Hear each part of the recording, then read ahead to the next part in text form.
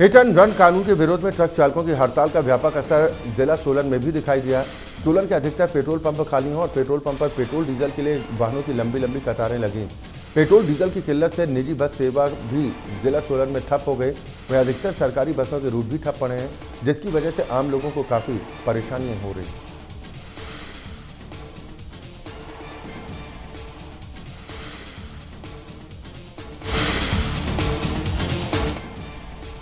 नए hit and run कानून का विरोध और पेट्रोल डीजल की कमी का असर नाहन में एचआरटीसी की बस सेवाओं पर भी देखने को मिला। यहाँ पर तेल की आपूर्ति न होने से कई जगहों पर निर्धारित बस सेवाएं बाधित हैं। कई बसों को नाहन बस अड्डे पर पार्किंग पर लगा दिया गया। आपको बता दें कि नाहन डिपो से करीब 150 रूटों पर बसें संचालित होती।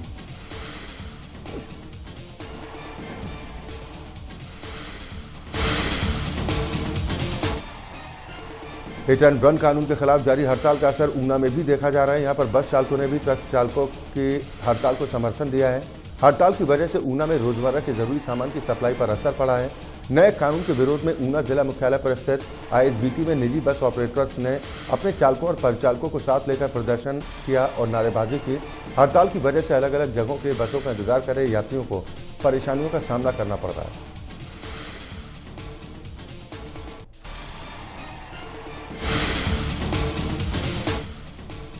ट्रक ऑपरेटरों की हड़ताल का असर हिमाचल प्रदेश के मंडी में भी देखा जा सकता है। यहाँ पर पेट्रोल लेने के लिए पेट्रोल पंप पर गाड़ियों की लंबी कतार लग गई है। उधर प्रशासन की ओर से पेट्रोल पंप ऑपरेटर्स को पेट्रोल डीजल का न्यूनतम रिजर्व बनाए रखने के आदेश दिए गए हैं। प्रशासन ने ये कदम हड़ताल की वजह से जिले में पेट्रोल और डीजल आपूर्ति की संभावित कमी और आपातकालीन और आवश्यक सेवाओं पर उसके असर को देखते हुए लिया।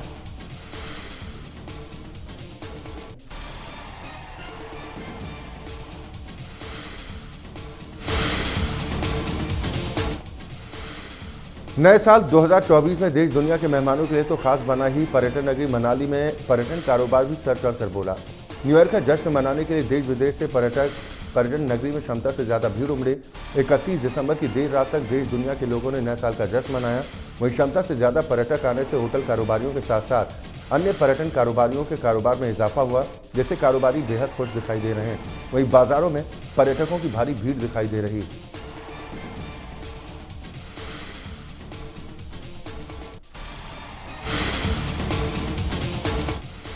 उधर देश भर में चल रही ट्रक ऑपरेटर्स की हड़ताल का असर बिलासपुर में भी देखने को मिल रहा है। ट्रक चालकों की हड़ताल के चलते जहां हिमाचल प्रदेश में पेट्रोल डीजल की सप्लाई प्रभावित हुई है, तो वहीं प्रदेश के अधिकतर पेट्रोल पंपों पर पेट्रोल डीजल की कमी देखने को मिल रही है।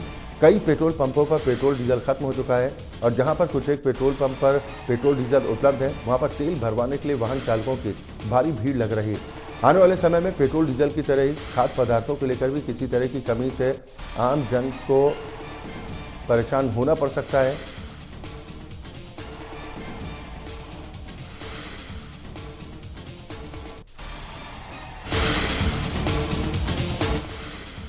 सोलन पुलिस ने एक नाइजीरियन नशा तस्कर को दिल्ली से गिरफ्तार किया है। आरोपी से पूछताछ के दौरान ये सामने आया कि ये बड़े स्तर पर सोलन में नशे की सप्लाई करता था। इस साल पुलिस की ओर से बाहरी राज्यों के करीब 80 नशा तस्करों को गिरफ्तार किया गया, जिनमें से 69 बड़े सप्लायरों की गिरफ्तारी की गई। पुलिस ने नशा तस्करी के 108 मामले दर्ज कर 232 आरोपियों को गिरफ्तार भी किया है। ये आरोपी बड़े स्तर पर हिमाचल में नशे की सप्लाई करते थे। फिलहाल एक बड़े आरोपी को गिरफ्तार किया गया।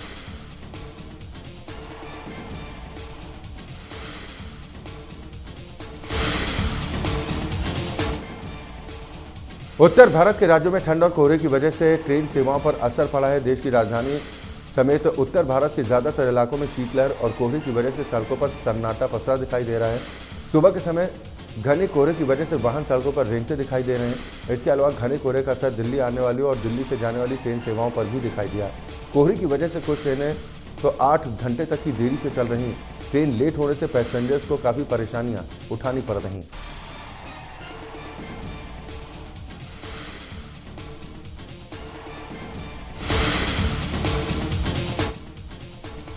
उधर कश्मीर में नए साल की शुरुआत थोड़ी शुष्क रही। यहाँ पर शीतलहर के बीच न्यूनतम तापमान 0 से 2 से 3 डिग्री सेल्सियस नीचे चला गया।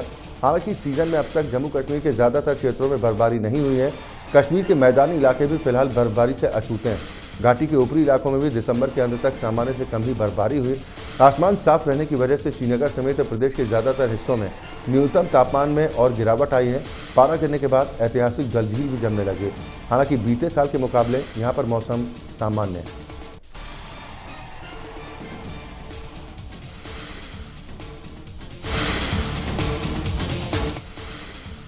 केंद्रीय गृह मंत्री अमित शाह जम्मू कश्मीर को लेकर उन्होंने उच्च स्तरीय बैठक की है। इस बैठक में जम्मू कश्मीर की सुरक्षा समेत आतंकवादी घटनाओं को लेकर अमित शाह ने सेना के वरिष्ठ अधिकारियों के साथ चर्चा की है।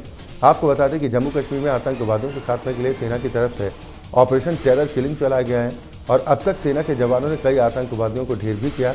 वहीं रक्षा मंत्री राजनाथ सिंह सेना प्रमुख ने भी हाल ही में राजौरी और पुंछ का दौरा किया था, जहां पर उन्होंने सेना के अधिकारियों के साथ अहम बैठक की थी।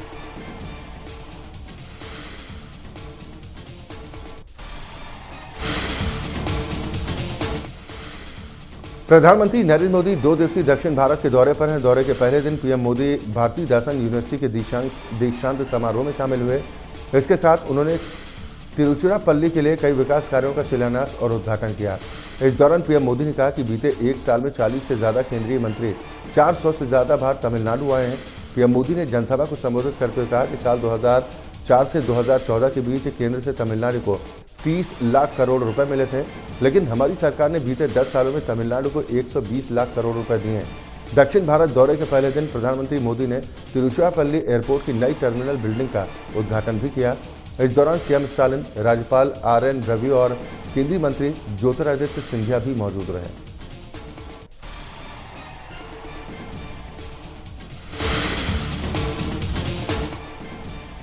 अयोध्या में बनाए गए राम मंदिर के लिए श्री राम लला की मूर्ति का चयन किया जा चुका है। प्रसिद्ध मूर्तिकार अरुण जोगीराज की बनाई गई श्री राम लला की मूर्ति अयोध्या में भव्य राम मंदिर की शोभा बढ़ाएगी। राम मंदिर का उद्घाटन 22 जनवरी को प्रधानमंत्री नरेंद्र मोदी की ओर से किया जाना है। संसदीय कार्य मंत्री प्रहलाद जोशी की तरफ से किए गए एक ट्वीट में उन्होंने खुशी साझा करते हुए कहा कि मैसूर के मूर्तिकार अरुण जोगीराज द्वारा बनाई गई भगवान श्री राम की मूर्ति को अयोध्या के भव्य श्री राम मंदिर में स्थापना के लिए चुना गया है, जिससे राज्य के सभी राम भक्तों का गौरव और खुशी दोगुनी हो चुकी है।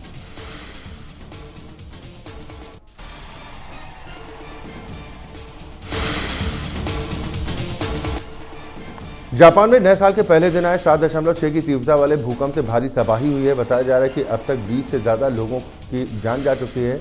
उधर भूकंप को देखते हुए सुनामी की चेतावनी भी जारी की गई थी, जिसके बाद लोगों को अलर्ट किया गया, लेकिन शाम होते होते सरकार ने सुनामी की चेतावनी वापस ले ली। भूकंप के बाद जापान के वाजमा शहर में सुनामी आ गई, जिसमें करीब 3 फीट तक ऊंची लहरें उठी। भूकंप की वजह से वाजमा में एक इमारत ढह गई, जिसके मलबे में कई लोग दब गए। जापान के आपदा विभाग की माने तो ये भूकंप इशिकावा प्रांत के अनामिजू शहर में आया। इसका केंद्र धरती से 10 किलोमीटर नीचे था। सूत्रों के मुताबिक यहाँ एक ही दिन में कुल 155 से ज़्यादा आफ्टर शॉक आए।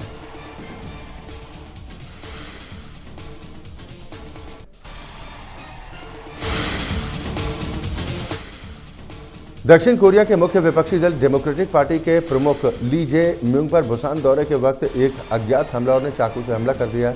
बताया जा रहा है कि वो पत्रकारों से बातचीत कर रहे थे। इसी दौरान हमलावर ने मौका पाकर उनकी गर्दन पर वार कर दिया। हमले में घायल हुए ली जे म्यूंग को आनंद फानंद में इलाज के लिए अस्पताल में भर्ती कराया गया, जहां पर उनकी हालत गंभीर बताई जा रही। वहीं समाचार एजेंसी योनहेट के मुताबिक दक्षिण कोरिया के मुख्य विपक्षी डेमोक्रेटिक पार्टी के प्रमुख ली जे म्यूंग पत्रकारों से बातचीत करते हुए सवालों के जवाब दे रहे थे, तभी एक हमलावर ने उन पर चाकुओं से हमला कर दिया।